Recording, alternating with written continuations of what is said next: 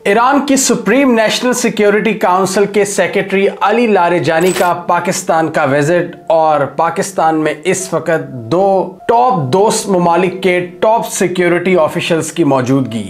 आज की इस वीडियो में हम समझने की कोशिश करेंगे पाकिस्तान की ये रीसेंट इंगेजमेंट सऊदी अरब और ईरान के साथ। अली लारेजानी जो इस वक्त ईरान के बहुत इंपॉर्टेंट मैटर्स को देखते हैं और सुप्रीम लीडर के बहुत करीबी साथी हैं, वो उनका क्या पैगाम पाकिस्तान लेकर आए हैं और ईरान और पाकिस्तान की एक दूसरे से क्या एक्सपेक्टेशंस हैं।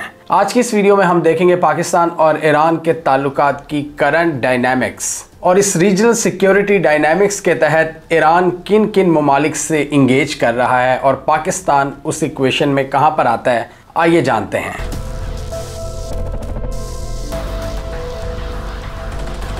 अली लारेजानी को नूर खान एयरबेस पर पाकिस्तानी और ईरानियन हकाम ने वेलकम किया और उसके बाद उनकी हाई लेवल मीटिंग्स का आगाज हुआ है जो कि 3 दिन तक जारी रहेंगी, जिससे पता लगता है कि ये विजिट कितनी अहमियत का हामिल है और काफ़ी इम्पॉर्टेंट बातें करनी है उन्होंने। सबसे इम्पॉर्टेंट हाई लेवल मुलाकात उनकी पाकिस्तान के फॉरेन मिनिस्टर इसहाक डार से भी है, जहां पर दोनों ममालिक ने एक दूसरे के साथ ताल्लुकात को एलिवेट करने पर इत्तफाक किया, रीजनल सिक्योरिटी डायनामिक्स और म्यूचुअल कोऑपरेशन को बढ़ाने पर बातचीत की। इसके अलावा अली लारेजानी ने नेशनल असेंबली के स्पीकर अयाज सादिक, इसके अलावा पाकिस्तान के प्राइम मिनिस्टर और दूसरे टॉप रैंकिंग सिक्योरिटी ऑफिशियल से भी उनकी मुलाकात, शहबाज शरीफ से उनकी मुलाकात हुई, आर्मी चीफ से मुलाकात हुई और सिविल सोसाइटी के मेंबर्स से, थिंक टैंक से। इस मौके पर अली लारेजानी ने एक स्टेटमेंट जारी की जिसमें उन्होंने कहा कि मैं आज पाकिस्तान के दौरे पर रवाना हुआ हूं, जो खित्ते में हमारा दोस्त और बरादर मुल्क है। ईरानी ये बात कभी नहीं भूलेंगे कि अमरीकी और ज़ायनिस्ट रजीम की तरफ से ईरान पर मुसल्लत की गई 12 रोज़ा जंग में पाकिस्तानी कौम ईरान के साथ किस तरह खड़ी रही। ईरान और पाकिस्तान खित्ते में पायदार सलामती के दो अहम मौसर ममालिक हैं और हम हमेशा खित्ते के ममालिक के बरादराना ताल्लुक पर तवज्जो देते हैं। और ईरान के मीडिया और वो अकाउंट्स जो हुकूमत के करीब समझे जाते हैं वो इस विज़िट को लेकर काफ़ी पुरजोश नज़र आते हैं और उनके मुताबिक ये विज़िट दोनों मुल्कों के दरमियान ताल्लुकात को मज़ीद मजबूत करेगा, डीप रूटेड टाइज को जहन में रखते हुए। और एक और उन्होंने ट्वीट की जिसमें उन्होंने लिखा कि ईरान और पाकिस्तान हम दोनों भाई हैं, अपने घर में खुशामदीद। इसके अलावा ईरानियन अकाउंट्स की जानिब से ये इशारा भी दिया जा रहा है कि ये विज़िट पाकिस्तान और ईरान के दरमियान एक नई स्ट्रेटेजिक शराकत दारी को जन्म दे सकता है, एक नई लेवल की पार्टनरशिप जिसमें वाइड रेंज ऑफ मैटर्स को शामिल किया जाएगा, जिसमें सिक्योरिटी है, बॉर्डर मैनेजमेंट है, दहशतगर्दी के मसाइल हैं, रीजनल सिक्योरिटी डायनामिक्स हैं और जियो इकनॉमिक्स। ईरान की इस वक्त की सिचुएशन की भी बात करें तो वो काफ़ी चैलेंजिंग पोजीशन में है। जिस तरह अमेरिका और इजराइल की तरफ से उन पर प्रेशर डाला गया और जिस तरह स्ट्राइक्स की गई और ईरान के टॉप सिक्योरिटी और स्ट्रेटेजिक ऑफिशियल्स को जिस तरह निशाना बनाया गया, ईरान उससे काफ़ी प्रेशर में आया है और हमने देखा है ईरान 3 से 4 माह तकरीबन अंडरग्राउंड रहा है और ऐसा उन्होंने डेलिब्रेटली किया है कि कुछ महीनों के लिए अपनी प्रोफाइल को थोड़ा लो किया है। एक्सपर्ट्स के मुताबिक ये उनकी एक ग्रैंड स्ट्रेटजी का हिस्सा था जिसमें सुप्रीम लीडर भी आवाम के सामने उस तरह नहीं आए जिस तरह वो रेगुलरली आते हैं। अभी रिसेंटली उन्होंने अपनी एंगेजमेंट्स में दोबारा तेज़ी लाई है और रीजनल ममालिक से वो बातचीत कर रहे हैं एग्रेसिवली। पिछले दिनों हमने देखा है कि डोनाल्ड ट्रंप ने भी इनको ऑफ़र किया है कि हम एक नई न्यूक्लियर डील कर सकते हैं, लेकिन अमेरिका का वही मुतालबा है कि आप अपनी यूरेनियम एनरिचमेंट को बहुत निचले लेवल तक ले जाएं जहां पर एटम बॉम्ब नहीं बन सकता। जबकि ईरान के सुप्रीम लीडर का पॉइंट ऑफ व्यू हमने इस वीडियो में डिस्कस किया था। उन्होंने कहा था कि इस स्टेज पर आना एक बहुत बड़ी कामयाबी है और इससे हम पीछे नहीं हट सकते।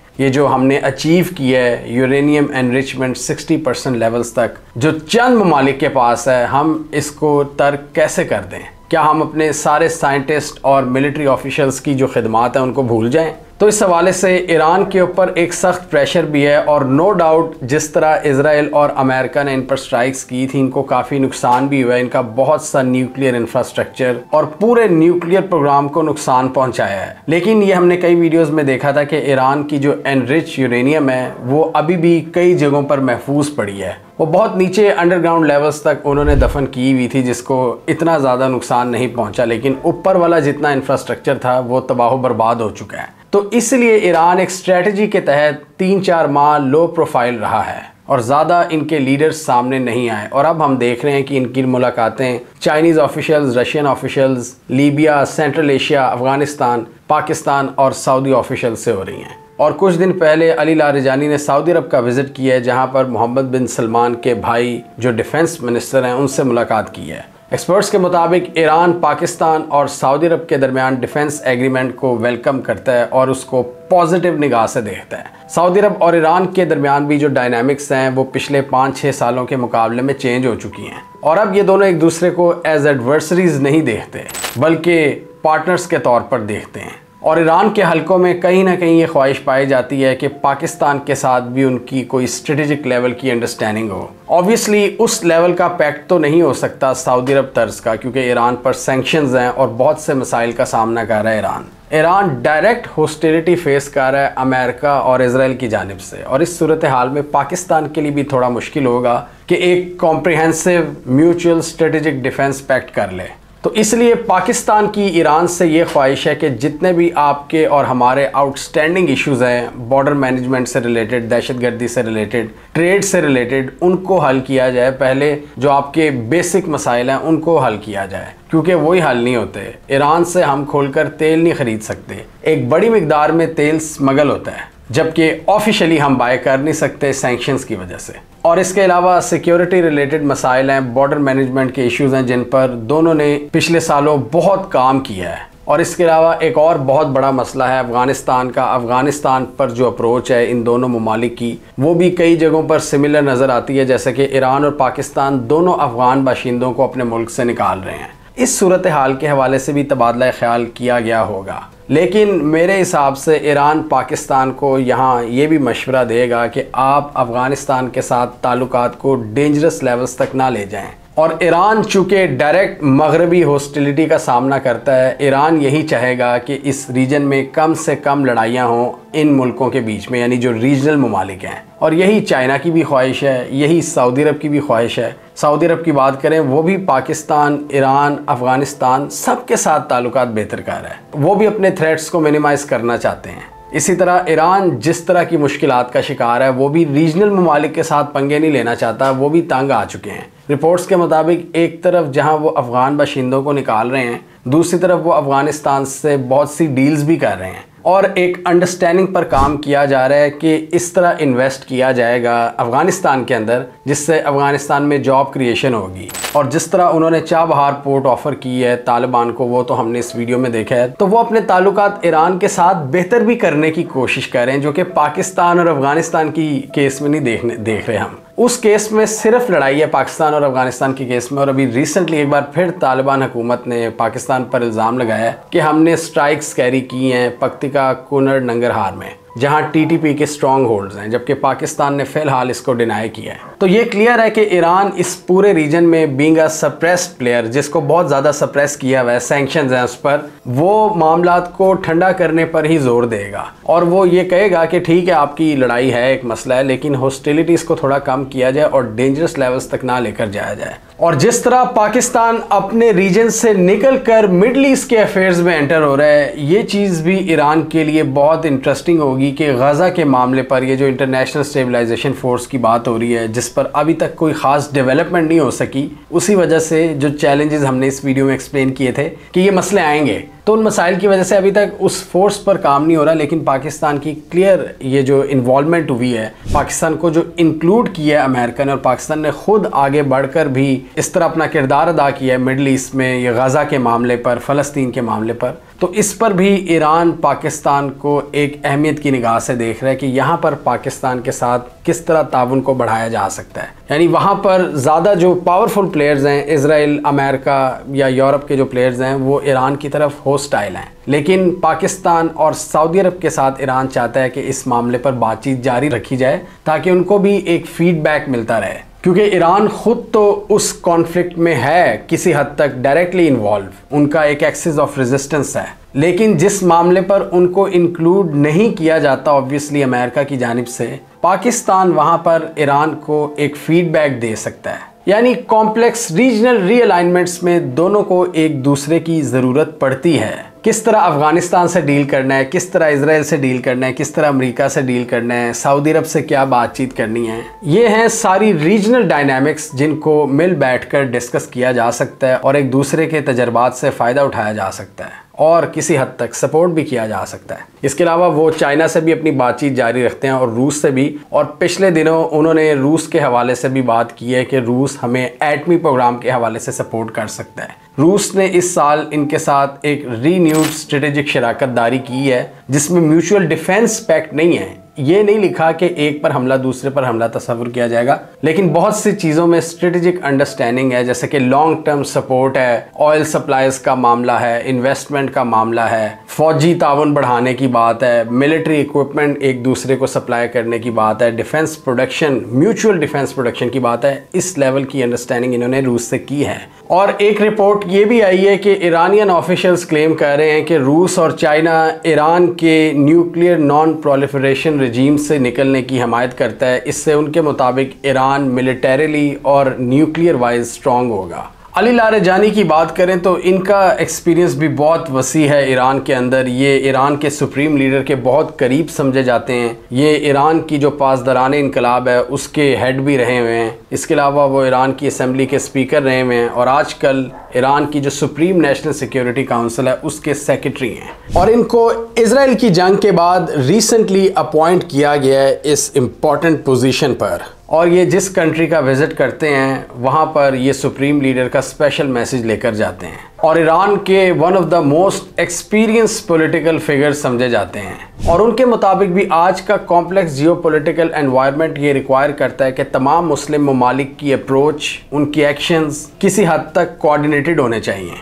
और ये वक्त की डिमांड है कि सारे मुस्लिम ममालिक कॉम्प्रिहेंसिव एक्शन प्लान के साथ आगे बढ़ें, जिसमें सिक्योरिटी, डिफेंस, पॉलिटिकल और इकोनॉमिक वर्टिकल्स हैं। यानी ओवरऑल जो आपकी स्ट्रेटेजिक अंडरस्टैंडिंग है उसमें हम आंगी होनी चाहिए। और यही चीज़ हमने देखा था ईरान के सुप्रीम लीडर ने कही थी जब पाकिस्तान का वफ्द गया था उनसे मिलने। पाकिस्तान और ईरान की सपोर्ट एक दूसरे को बड़ी वाज़ेह है। जिस तरह इन्होंने क्लियर खुलकर तारीफ़ की है पाकिस्तान के किरदार की कि 12 रोज़ा जंग में किस तरह पाकिस्तान ने डिप्लोमेटिकली सपोर्ट किया और इजराइल की अनप्रोवोक्ड स्ट्राइक्स की हमने खुलकर मुखालफत की। और इसी तरह पाक भारत जंग के दौरान ईरान ने डिप्लोमेटिकली अपना किरदार अदा किया और इस जंग को रुकवाने की कोशिश की जो कि भारत की एस्पिरेशंस के अगेंस्ट था। और हमने ये भी देखा कि जब उनके फॉरेन मिनिस्टर ये सारे मूव्स कर रहे थे, भारतीय मीडिया की तरफ से उनको गालियां दी गई, ईरान के सुप्रीम लीडर पर भी तनकीद की गई और इस चीज़ ने भी काफ़ी ज़्यादा दरारें डाली भारत और ईरान के दरमियान।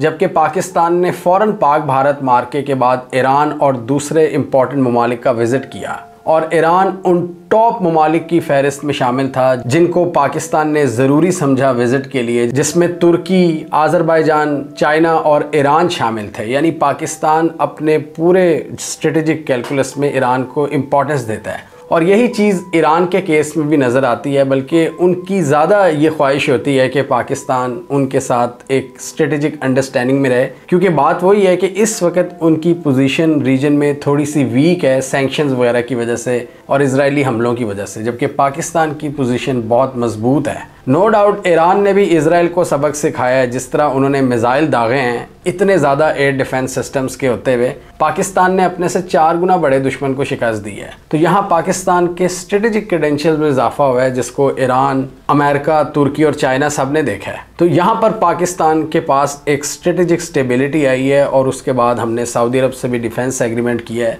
और इसलिए ईरान की ये ख्वाहिश है कि हमारे साथ भी पाकिस्तान की एक स्ट्रेटेजिक अंडरस्टैंडिंग हो जो विन विन कोऑपरेशन में बदले। और पाक भारत मार्के के बाद हमने क्लियर देखा है कि भारत ने बहुत से पार्टनर्स लूज़ किए हैं अपनी मीडिया कैंपेन की वजह से, अपने एरोगेंस की वजह से। जिस तरह बांग्लादेश की सरकार आजकल चीख कर भारतीय प्रोपेगेंडा के हवाले से दुनिया को बता रही है, इस तरह यही प्रोपेगेंडा इन्होंने ईरान के खिलाफ भी किया कि ईरान कौन होता है कि पाकिस्तान और भारत के दरमियान सुलह करवाए। भारत समझता है कि ये एक आइसोलेटेड दुनिया में रहता है कि जहां इनके एक्शंस की वजह से दुनिया पर कोई असर नहीं पड़ेगा। सारे मुल्क एक्टिव हो जाते हैं जब भी कहीं कोई ना कोई मसला होता है। यही एक डिसेंट अप्रोच है जो भारत को समझ नहीं लगती और भारत उन मुल्कों पर अटैक करना शुरू कर देता है। और इवन इन्होंने अमेरिका से बिगाड़ ली जब इन्होंने डोनाल्ड ट्रंप को क्रेडिट देने से इनकार कर दिया कि उन्होंने सीज फायर में कोई किरदार अदा किया है। बिल्कुल ही बचगाना अप्रोच है ये। मतलब अगर आपका कोई मसला हल करवा रहा है तो आप उसको क्रेडिट दो, आप उसकी तारीफ करो, आप जंग रुकवाओ। बल्कि आप एक तो लड़े और रो रहे हो कि जी हमने जंग नहीं बंद करनी, और तुम कौन होते हो रुकवाने वाले। तो इस मामले में इन्होंने ट्रम्प को भी नाराज़ किया है, और ईरान जैसे ममालिक जिनको ये ज़्यादा अहमियत नहीं देते, इनको इन्होंने बाकायदा गालियाँ दी हैं, जिसको ईरान ने बड़ा नोटिस किया और ईरान ने इस पर स्टेटमेंट जारी की। और भारत ने कहा कि हम उन इंडिविजुअल्स के ख़िलाफ़ एक्शन लेंगे, मतलब उनको चुप कराएंगे, और उसमें मेजर गौरव आर्या भी शामिल था। अली लारिजानी की बात करें तो वो इज़राइल के हवाले से भी हॉकिश समझे जाते हैं। इस वक्त उनके जो प्रेसिडेंट हैं मसूद पेज़ेश्कियन, उनकी अप्रोच थोड़ी सी कंसिलिएटरी होती है, लेकिन जिस तरह इज़राइल ने इस बार हमले किए हैं, ईरान में सबको ही हॉकिश बना दिया है। अभी रिसेंटली एक और हिजबुल्लाह के कमांडर को मारा इज़राइल ने, जिस पर अली लारिजानी की स्टेटमेंट आई है कि इज़राइल से सख्त हाथों से निपटने के अलावा हमारे पास और कोई ऑप्शन नहीं है। ये एक ऐसी एंटिटी है जो सख्त ज़ुबान समझती है और इससे वैसे ही सलूक करना पड़ेगा। और इस वक्त ईरान की बात करें तो वो अपने पूरी डिफेंस इक्वेशन को रिकंसीडर कर रहा है। जहाँ जहाँ पर लूप होल थे उनको भी कवर किया जा रहा है, और ईरान ने इस जंग से बहुत कुछ सीखा है। किस तरह इज़राइल के एयर डिफेंस सिस्टम्स को पेनिट्रेट करना है और किस तरह अपनी एयर स्पेस को महफूज बनाना है। और इस हवाले से वो बड़े बड़े ममालिक के साथ मुआहदे कर रहे हैं ताकि अपनी पोजीशन को मजबूत किया जा सके,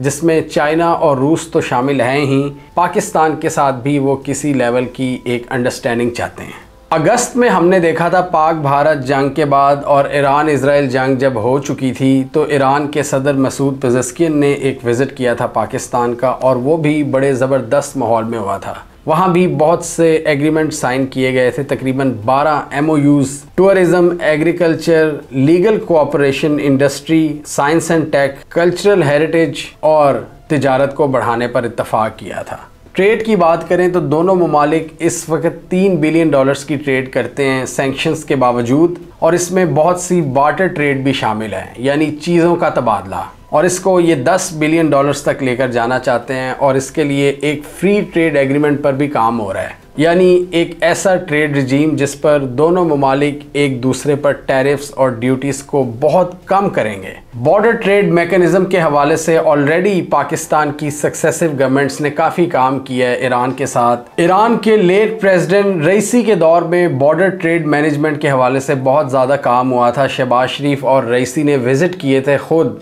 पाक ईरान बॉर्डर के उन डिफ़िकल्ट एरियाज़ के, और बहुत सी बॉर्डर ओपनिंग्स को खोला गया था। पाकिस्तान और ईरान ने इत्तफाक किया कि लोकल करेंसीज में भी ट्रेड को बढ़ाया जा सकता है। और अली लारिजानी के मुताबिक हम पाकिस्तान के साथ सारे ट्रेड बैरियर्स को हटाना चाहते हैं, लेकिन इस हवाले से हमें प्रैक्टिकल एक्शंस की ज़रूरत है, क्योंकि वो देखते हैं कि ईरान पर सैंक्शंस की वजह से पाकिस्तान भी बहुत से इक़दामात नहीं ले पाता ईरान के साथ इंगेजमेंट के हवाले से। तो यहाँ पर उनकी थोड़ी ख्वाहिश नज़र आती है कि पाकिस्तान आगे बढ़े और out of the box solutions निकाले, जैसे कि लोकल करेंसी या बार्टर सिस्टम। तो उन्होंने ये क्लियर लिखा है कि प्रैक्टिकल एक्शन ज़रूरी हैं इन हर्डल्स को हटाने के लिए, ग्रेटर डायनामिज्म की ज़रूरत है। अली लारिजानी का पाकिस्तान का इस मौके पर विजिट जाहिर करता है कि ईरान के स्ट्रेटेजिक विजन में पाकिस्तान की क्लियर रेलेवेंस है, यानी पाकिस्तान को वो बहुत अहमियत की निगाह से देखते हैं, स्पेशली करंट टाइम्स में जब पाकिस्तान की पोजीशन बेहतर है और ईरान की पोजीशन रिलेटिवली वीक है। और ईरान पर नो डाउट पिछले 1 साल में बहुत सी प्रॉब्लम्स आई हैं, जिसमें हमने देखा कि पहले उनके सदर का तैयारा हादसे का शिकार हुआ, उसमें फॉरेन मिनिस्टर भी मारे गए। उसके बाद इजराइल ने स्ट्राइक्स की, इनके टॉप सिक्योरिटी ऑफिशियल्स को मार डाला, इनके टॉप न्यूक्लियर साइंटिस्ट को, इनकी न्यूक्लियर फैसिलिटीज़ को, इनकी कई मिलिट्री बेसिस को निशाना बनाया गया है। लेकिन अब ईरान दोबारा खड़ा होने की कोशिश कर रहा है और नए सिरे से अपनी पोजीशन को स्टेबलाइज करने की कोशिश कर रहा है डिफरेंट दोस्तों के साथ, जिसमें रूस, चाइना, पाकिस्तान और किसी हद तक अफगानिस्तान भी शामिल है और किसी हद तक सऊदी अरेबिया भी शामिल है। इसके साथ ही हमने देखा साइमल्टेनियसली सऊदी अरब आर्म फोर्सेस के चीफ ऑफ जनरल स्टाफ ने विजिट किया पाकिस्तान का, और पाकिस्तान के आर्मी चीफ और प्राइम मिनिस्टर से मुलाकात की, और पाकिस्तान और सऊदी अरब का जो एक डिफेंस पार्टनरशिप है उसकी डेवलपमेंट्स पर गौर किया। पाकिस्तान की इन इंगेजमेंट से जाहिर होता है कि पाकिस्तान स्ट्रेटेजिक ऑटोनॉमी को एक्सरसाइज कर रहा है खुलकर, एक ही वक्त में ईरान और सऊदी अरब के टॉप सिक्योरिटी ऑफिशियल्स पाकिस्तान में मौजूद हैं। पाकिस्तान के आर्मी चीफ जब चाइना होते हैं तो पाकिस्तान के फॉरेन मिनिस्टर अमेरिका में मौजूद होते हैं। इसके अलावा पाकिस्तान की भारत के ईस्ट में बांग्लादेश से एक नई इंगेजमेंट जिसमें मिलिट्री टू मिलिट्री कोऑपरेशन बहुत ज़्यादा नज़र आ रहा है। पाकिस्तान की आज़रबाईजान के साथ JF-17 थंडर के हवाले से डील, सेंट्रल एशियन ममालिक के साथ नए मुआहदे और यूरोपीय यूनियन के साथ साथ बहुत से यूरोपियन कंट्रीज़ के साथ भी ताल्लुकात को बढ़ाया जा रहा है। ये चीज़ जाहिर करती है पाकिस्तान की एक्टिव डिप्लोमेसी और पाकिस्तान की किसी भी ब्लॉक में ना जाने की स्ट्रेटजी। साइमल्टेनियसली चाइना, रूस और अमेरिका से बातचीत और ईरान और सऊदी अरब के टॉप सिक्योरिटी ऑफिशियल से बातचीत एक ही वक्त में। हमें कमेंट सेक्शन में बताइए आपके ख्याल में क्या नियर फ्यूचर में पाकिस्तान और ईरान के दरमियान कोई स्ट्रेटेजिक लेवल का मुआहदा हो सकता है जिसमें डिफेंस कोऑपरेशन भी मौजूद होगा, या आपके ख्याल में अमेरिकन प्रेशर की वजह से ऐसा नहीं हो सकेगा? आप क्या समझते हैं? कमेंट कीजिए। इसके अलावा हमारा यूट्यूब चैनल सब्सक्राइब कर लो, साथ ही वो बेल आइकॉन भी दबा लें ताकि वो स्टोरीज दुनिया भर से पाकिस्तान से जिनकी मेन स्ट्रीम मीडिया पर प्रॉपर कवरेज नहीं होती हमारे प्लेटफॉर्म के थ्रू आप तक टाइम पर पहुंच जाएं।